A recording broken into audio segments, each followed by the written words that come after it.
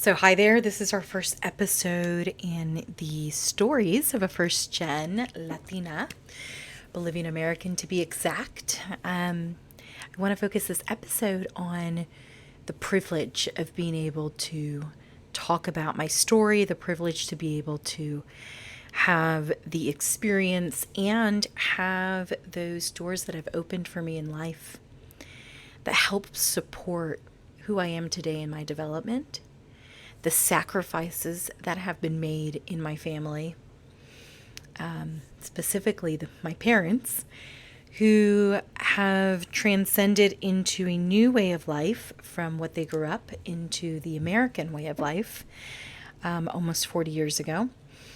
And so this episode will be dedicated to that, to the privilege, to the sacrifice, and a great moment to self-reflect as first-generation individuals, whether you are of a Latinx background or if you are from a different part of the world experiencing the American life as that first generation. So I'm Monica Andrea, and it's great to have you all here to start off and launch the stories of a first-gen Latina, which is going to be multiple episodes of lessons learned, of interactions with the world as it relates to being a first-gen. I would say that from a privilege perspective, again, very blessed. I grew up with a family of six, so four siblings, and my parents were most often 90+% of the time just us. We did not grow up with other family members, other than an aunt, a cousin or two or three, here and there sporadically through our lives, through our early childhood life. And it was just us, that nuclear family trying to make it. My parents came to the U.S. in hopes of, finding that American dream and opening the doors of their two daughters. So my older sister and I were Irish twins, and opening the doors for us to have better experiences in life that the Bolivian community unfortunately was not able to provide. Everyone dreams of the American dream, right? Especially back in the day. I don't know if that's so true today, but definitely back then for most folks. And so they applied for a visa and made their way over here. And I'll skip all the baloney in between as, how we continued our residency and then eventually our citizenship here in the U.S. That was many years ago. But I think what I want to focus on here is about that, what they transcended and what eventually occurred through that sacrifice. As a Latina, I reflect on that a lot. I reflect on that as a mother, as a wife, as a contributor back to the community to help those that are second, third generation, and what sacrifices folks have made through those generations. My parents, very humble individuals from humble beginnings. My father, grew up mainly on the streets of Bolivia, trying to figure out how to best survive as a young boy who didn't have the support of his parents. And then my mother, who was raised in a very full family of five siblings, a mother that didn't work and a father that provided very, very limited resources, but still lived in very good homes, decent homes, and went to decent enough schools where they could get really good education to the level that their community was able to provide. And eventually my father had a really great past as well, very well known in the Bolivian community as a pretty well-known soccer professional and also a professional coach in the Bolivian leagues. And then further developed into a coach for the younger generation as he led teams of younger boys in elementary and middle school age frame to help support them in their sport and the passion that he has is soccer. So that's their background. And imagine that a soccer coach who was struggling to make it financially, right? He was known, he was talented, but unfortunately, it was not a lucrative career for Bolivians for many folks in South America. Today things are a little bit different, right? But back in the 80s, early 80s, 70s, late 70s, it was not necessarily, a career that folks would make a really great financial living from. It all depended on who picked you up and what club you went to, coach at. And I'm only giving you very, very little that I know as it relates just to the stories that were told for me as it relates to coaching. And today it's probably a different story. So, and my mom was working at, I believe she was in the law school, supporting as a secretary. And so she had decent, health insurance, and she had good benefits, as well as you can, I guess. But dad's the provider, and dad, had a lot of weight on his shoulders to provide for his family, and they were barely scraping by.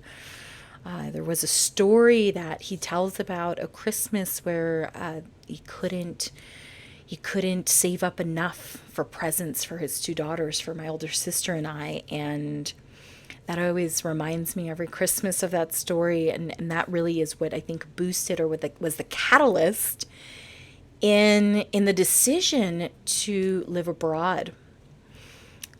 Side note, they also applied for a visa in Australia. So imagine that. If the visa in the U.S. didn't go through, then we would have probably been, first generation Bolivian Australians. Very cool story there. And so he sacrificed. He came to the U.S. first and worked and lived in not the best conditions. He had some folks that extended their hands for support and others that did not. And so his stories go on for days for that. But then once he was able to be a little bit more financially stable here in the U.S. while working, then, that's when he brought the family over, where my sister and I and my mother, I remember very clearly on the plane with my Barbie doll, my little Barbie doll that my grandma got us each, and traveling here and missing dad and seeing him after almost a year, many, many months, probably 6 months, probably wasn't even up to a year, at the airport. And those memories are so profound for me. And then our first place living in Arlington, Virginia, and that's where we were raised. So just taking you a little bit through that story, and I'm sure many of you here have so many stories just like that, very similar stories of the sacrifice that our parents make, where either one or both parents leave to go find, another home and migrate into a new culture, into a new society, and try to find work and housing for some stability and survival needs. Many stories like that. Even some children I know, some friends, have been left behind for years as their parents were building a good foundation here in the United States before actually bringing them on. Some of them waiting for their actual permanent residency before bringing on families. And so we were fortunate enough and sacrificial enough for my parents to bring us in a shorter period of time where we weren't separated with too much of a distance in time. So that's really the major story on how our family, the family Teran, made it here to the U.S., to Virginia specifically, and Northern Virginia. And from there, it's just a lot of hard work, a lot of grit, a lot of resilience, roller coaster of a time for my parents in the sacrifice of acquainting themselves in a new and foreign country. It is very humbling for me to even speak about it here in this first episode. I'm talking with a knot behind my throat because it is very touching and very impressionable for first generation individuals, where, as you can imagine, the weight that we carry in making sure that the sacrifice that was made by our parents, by our family members, is in some way paid back. And we'll talk about that theme just throughout many of our episodes, because that weighs heavy. That's what imprinted on me. That's what continues to almost like fuel and drive my definition of my success, and making them feel proud and almost full and whole that the sacrifice was worth it. So again, today's podcast, of course, is on privilege, reflecting on that, on having the privilege to be in a developing country, to have those opportunities and doors provided or in front of us. And it's our choice to take those, obviously. But being able to stand on the shoulders of those family members, of those parents, of those loved ones that made that first step forward in that sacrifice. So I dedicate this first episode to that.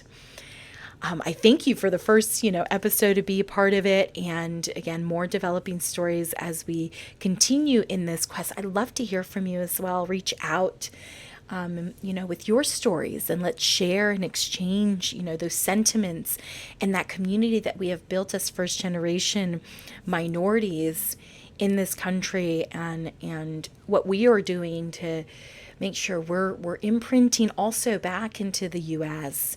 and we are the foundation of what is, the next generations as well. All right, so I leave you with that, and I hope you all have a wonderful and blessed day or week wherever you are hearing this from, wherever you're seeing this from, and we'll talk soon for more. Bye.